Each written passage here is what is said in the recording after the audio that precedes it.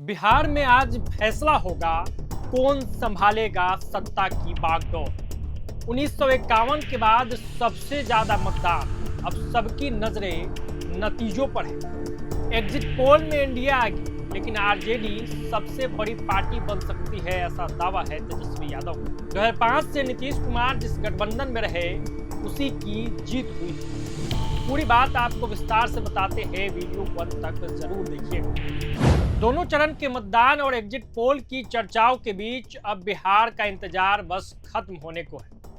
मतगणना के साथ तय हो जाएगा कि सत्ता की कुर्सी पर कौन बैठेगा। 2025 का बिहार विधानसभा चुनाव कई मामलों में ऐतिहासिक रहा। 1951 के बाद पहली बार राज्य में इतने बड़े पैमाने पर मतदान दर्ज किया गया। इस बार वोटिंग प्रतिशत 67.13% रहा, जो पिछले चुनाव से 9.6% अधिक है। दिलचस्प बात यह रही कि पुरुषों की तुलना में महिलाओं की भागीदारी 8.15% अधिक रही।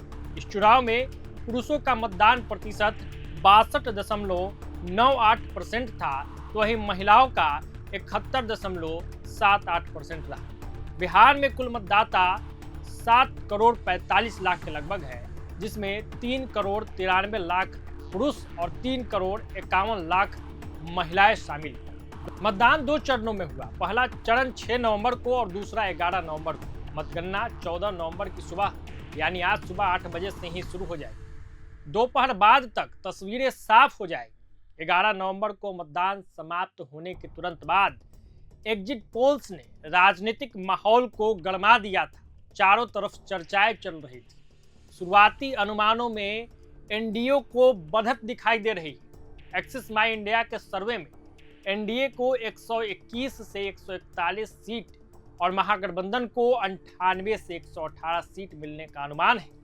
वहीं रिपोर्ट यह भी कहती है कि राष्ट्रीय जनता दल सबसे बड़ी पार्टी बनकर उभर सकती है। हालांकि ये एकमात्र सर्वे एजेंसी ने इस बात का दावा किया है। बाकी अधिकतर जिसने भी सर्वे किया, जिस भी एजेंसी ने एग्जिट पोल लाया, उसमें महागठबंधन की हार दिखाई दे रही है और सत्ता में एनडीए की वापसी नजर आ रही है। वहीं नई नवेली पार्टी प्रशांत किशोर की जनसुराज के लिए भी खाता खोलने तक की ही उम्मीद है। कोई बड़ा खेल प्रशांत किशोर बिहार के चुनाव में करते हुए दिख नहीं रहे हैं। पूरे चाणक्य के मुताबिक बीजेपी और सहयोगियों को यानी एनडीए गठबंधन को 160 सीटें और आरजेडी गठबंधन यानी कि महागठबंधन को 77 सीटें मिल सकती हैं। हालांकि गठबंधन के मुख्यमंत्री पद के दावेदार तेजस्वी यादव ने एग्जिट पोल्स को सिरे से खारिज कर दिया है, इनकार कर दिया है। उन्होंने कहा कि इस बार मतदाताओं ने परिवर्तन के लिए मतदान किया था, न कि नीतीश कुमार की सरकार को बचाने के लिए। तेजस्वी का तर्क है कि मतदान के दौरान जब लोग लाइनों में खड़े थे, तभी सर्वे में एनडीए को विजेता घोषित कर दिया। यह मतगणना अधिकारियों पर साइकोलॉजिकल दबाव बनाने की कोशिश हो रही है, ऐसा तेजस्वी यादव का। तेजस्वी यादव ने तो यह भी कह दिया कि वो शपथ भी लेने जा रहे हैं, मुख्यमंत्री वहीं बनेंगे, लेकिन दावे इसके इतर है। हालांकि आज तस्वीरें साफ हो जाएंगी कि किसके सर पे सजेगा ताज, कौन बनेगा बिहार का मुख्यमंत्री। थोड़ा और फ्लैशबैक में जाए तो इस बार एनडीए में सीट बंटवारे के तहत 243 सीटों में बीजेपी और जदयू दोनों को 101 सीटें मिली। यह 2005 के बाद पहली बार है जब दोनों दल बराबर संख्या में चुनाव लड़ रहे हैं। एलजेपी-आर जो चिराग पासवान की पार्टी है 29, जीतन राम मांझी की जो पार्टी है हम सेकुलर और उपेंद्र कुशवाहा के दल को 6 सीटें मिली। 2020 में जदयू ने 115 और बीजेपी ने 110 सीटों पर चुनाव लड़ा था। तब मुकेश सहनी वीआईपी भी एनडीए में थे और उन्हें 11 सीटें मिली थी।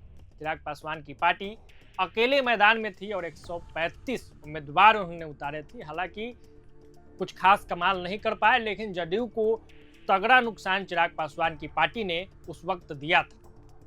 वहीं बात महागठबंधन की करें तो महागठबंधन ने इस बार कुल 251 सीटों पर उम्मीदवार उतारे, यानी विधानसभा की कुल सीटों से 8 ज्यादा ही उम्मीदवार उतार दिया गया। आरजेडी ने 142, कांग्रेस ने 60, सीपीआई-एमएल ने 20, वीआईपी ने 10, सीपीआई ने 9, सीपीआई-एम ने 4 और आईएपी ने 2 सीटों पर अपने उम्मीदवार उतारे। यानी कई सीटों पर फ्रेंडली फाइट्स जैसी स्थिति रही जो शुरुआती कोऑर्डिनेशन नहीं बन पाया था उसी का ये असर दिखा था। अब अगर एग्जिट पोल्स के अनुमान सही साबित होते हैं तो नीतीश कुमार लगातार 5वीं बार बिहार के मुख्यमंत्री बन सकते हैं। 2005 से अब तक एक रिकॉर्ड रहा है कि हर चुनाव में नीतीश कुमार जिस गठबंधन में रहे, जिस गठबंधन में वो साथी की भूमिका में रहे, उसी गठबंधन ने जीत हासिल की है और बिहार में उसी गठबंधन की सरकार बनी है। अब क्या कमाल होगा, बस कुछ ही घंटों में रुझान सामने आएंगे और तस्वीरें साफ हो जाएगी कि बिहार के सत्ता का बादशाह कौन बनता है, बागडोर कौन संभालता है। तो इस वीडियो में फिलहाल इतना ही। जुड़े रहिए प्रभात खबर के तमाम डिजिटल प्लेटफॉर्म्स के साथ। आपका बहुत बहुत धन्यवाद। प्रभातखबर.com, विश्वास वही, रफ्तार नहीं।